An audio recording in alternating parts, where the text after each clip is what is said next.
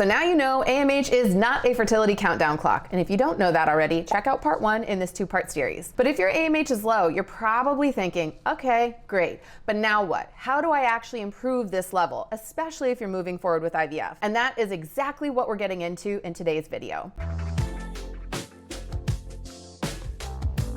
Welcome back. And if you're new here, my name's Whitney, a registered dietitian, fertility coach, and your no BS guide to getting pregnant without the endless Google spirals. In today's video, I'm sharing 3 key tips that you need to know if you want to get your AMH levels in gear this year. As always, this video is meant for educational purposes only and not meant to be a replacement for medical advice. Let's get into it. First up, on your road to AMH success, we need to get you ovulating. If you are not ovulating regularly, checking AMH is kind of like checking your bank account when you don't have a job or a trust fund. Ovulation is everything when it comes to fertility. If it's inconsistent, your body is not signaling properly for follicle development, which means that your AMH levels are gonna reflect that. Some key signs that you're ovulating strong each cycle are, first up, regular cycles. You're having anywhere from 24 to 32 day cycles, and you're getting obvious fertile signs leading up to that ovulation. I'm talking fertile cervical mucus and even increased sex drive during that time. And you're having confirmed ovulation every single cycle. Now, if you don't have these signs just yet, do not panic.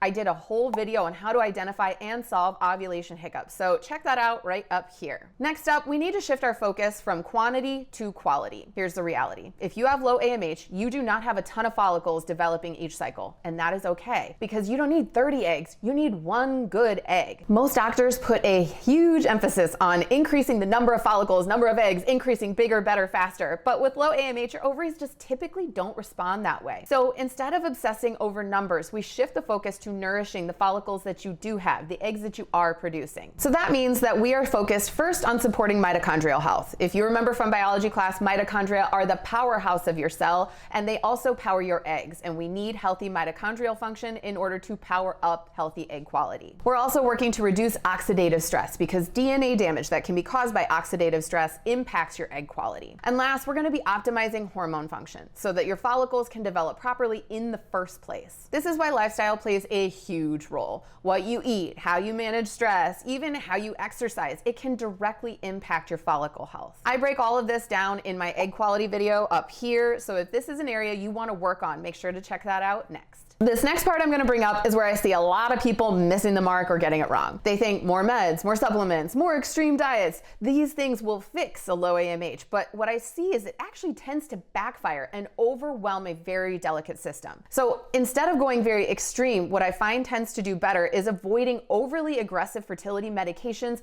unless absolutely necessary and watching the dose very carefully.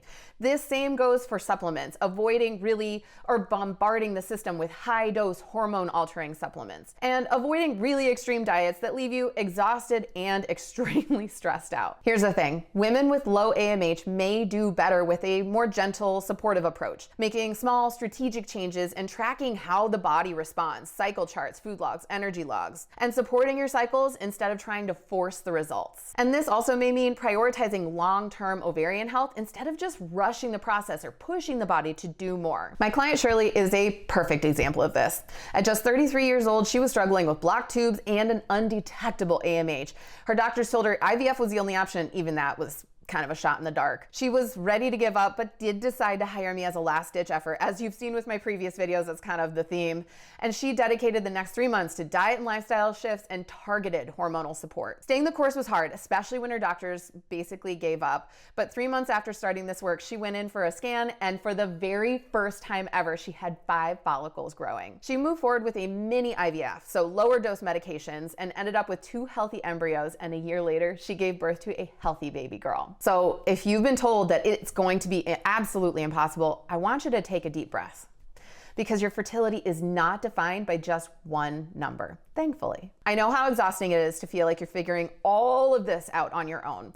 The fertility world is overloaded with conflicting advice, and it is way too easy to get stuck in the Google spiral trying to piece everything together. This is exactly why I created the Fertility Reset Masterclass. Inside, I'm gonna walk you through the biggest fertility myths that I see holding so many couples back, the actual science behind getting pregnant, and the 3-phase system that I use with my one-to-one clients to help them optimize their fertility to give them them the best chance at getting pregnant this year. This is a completely free class, so click the link below to grab your spot. And if this video gave you clarity on what actually matters for AMH, give it a thumbs up and hit subscribe. I've got so much more coming your way. And I would love to hear from you. Which of these steps are you going to be focusing on first? Drop a comment below and let's talk about it.